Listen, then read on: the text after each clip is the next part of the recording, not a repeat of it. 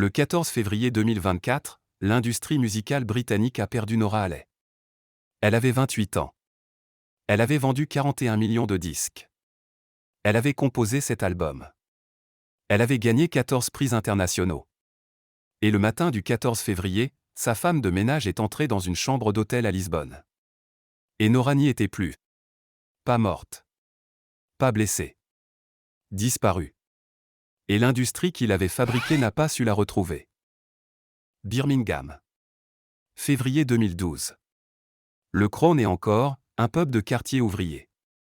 Open mic du jeudi soir. 13 personnes dans la salle, dont 7 clients réguliers qui n'écoutent pas.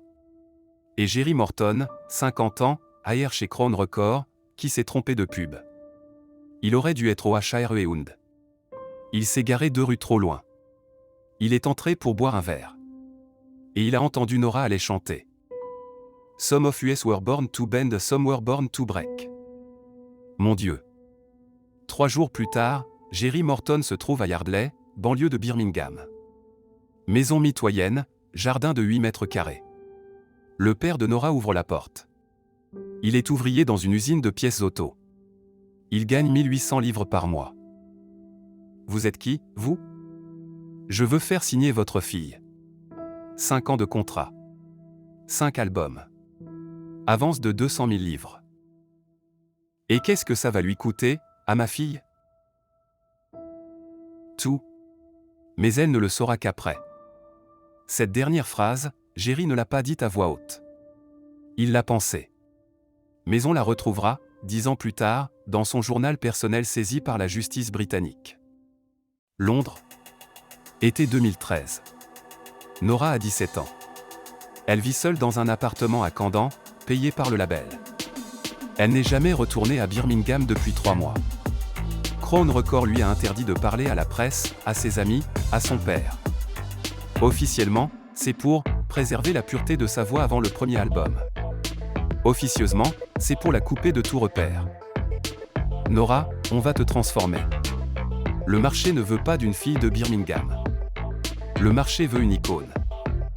Mais, moi je suis de Birmingham. Plus pour longtemps, ma chérie.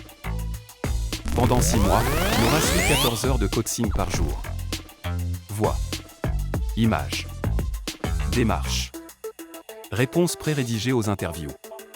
Elle apprend qui elle est censée être, une fille rebelle, une chanteuse de soul moderne, une héritière d'Amy Winehouse.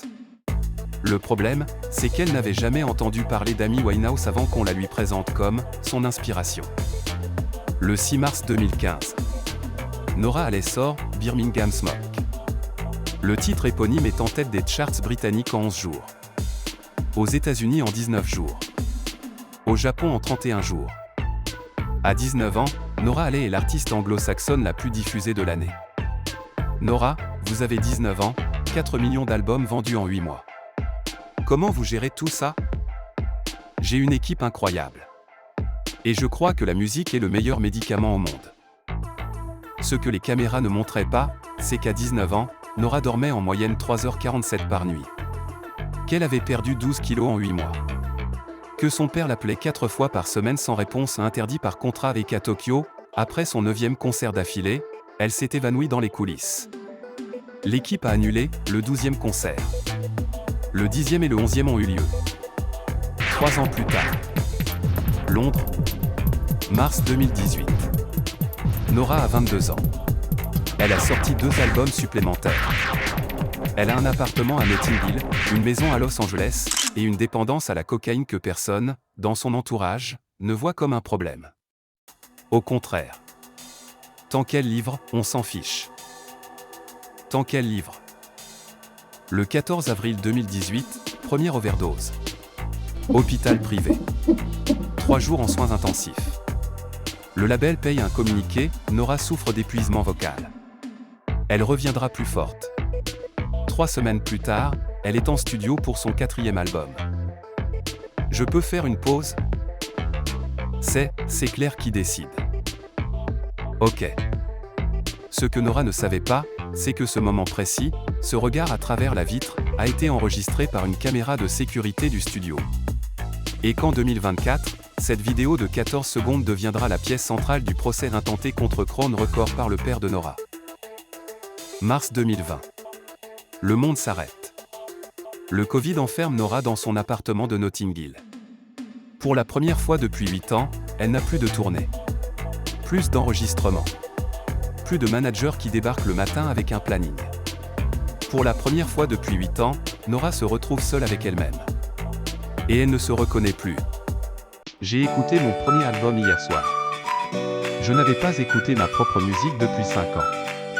Et je me suis dit, c'est qui, cette fille? Qui chante ces mots? C'est moi? C'est qui m'a écrit ces mots? Elle prend un avocat. En secret. Elle découvre que son contrat de 2012 est, selon les termes mêmes de l'avocat, la chose la plus abusive qu'il ait vue en 30 ans de carrière. Que pendant 8 ans, Nora a touché 4% de ce qu'elle a généré. Que son père aurait dû recevoir une part. Qu'il n'a jamais rien reçu.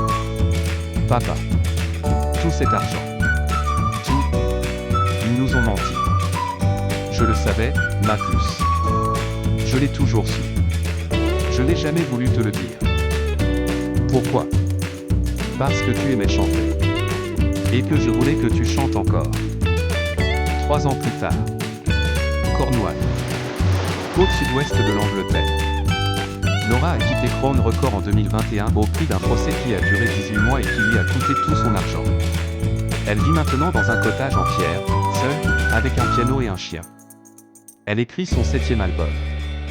Cet album, elle l'écrit pour personne d'autre qu'elle. I was 16 listen for free a day built a girl she wasn't enough.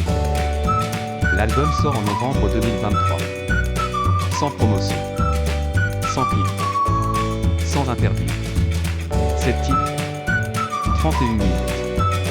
Il s'appelle The Girl You Wrote, la fille que vous avez écrite. En 3 mois, sans aucun marketing, il se vend à 800 000 exemplaires.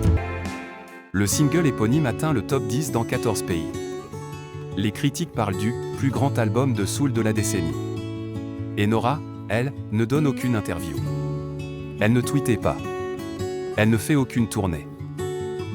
Le 13 février 2024, Nora prend un vol pour Lisbonne.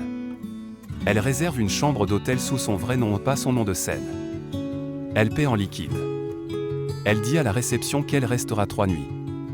Le matin du 14 février, la femme de ménage entre dans la chambre. La chambre est parfaitement rangée. Le lit est fait. Sur la table, il y a une lettre. La lettre fait 47 mots. Elle est adressée à qui voudra bien la lire. La police portugaise l'a rendue publique 3 mois plus tard, après l'enquête. Elle dit ceci. J'ai chanté pour eux pendant 12 ans. Je me suis tue pendant 3 ans. Maintenant, je vais vivre. Ne me cherchez pas. Je vais bien. Si je dois revenir un jour, je le ferai. Sinon, écoutez le dernier disque. Tout est dedans. N. Aucune trace bancaire. Aucun appel. Aucune apparition. Aucun témoignage fiable. 3 ans après sa disparition, Nora Allen n'a toujours pas réapparu. La police britannique a fermé l'enquête en mai 2025, disparition volontaire d'une personne adulte en pleine possession de ses moyens. Aucun délit. Aucun crime. Juste un choix.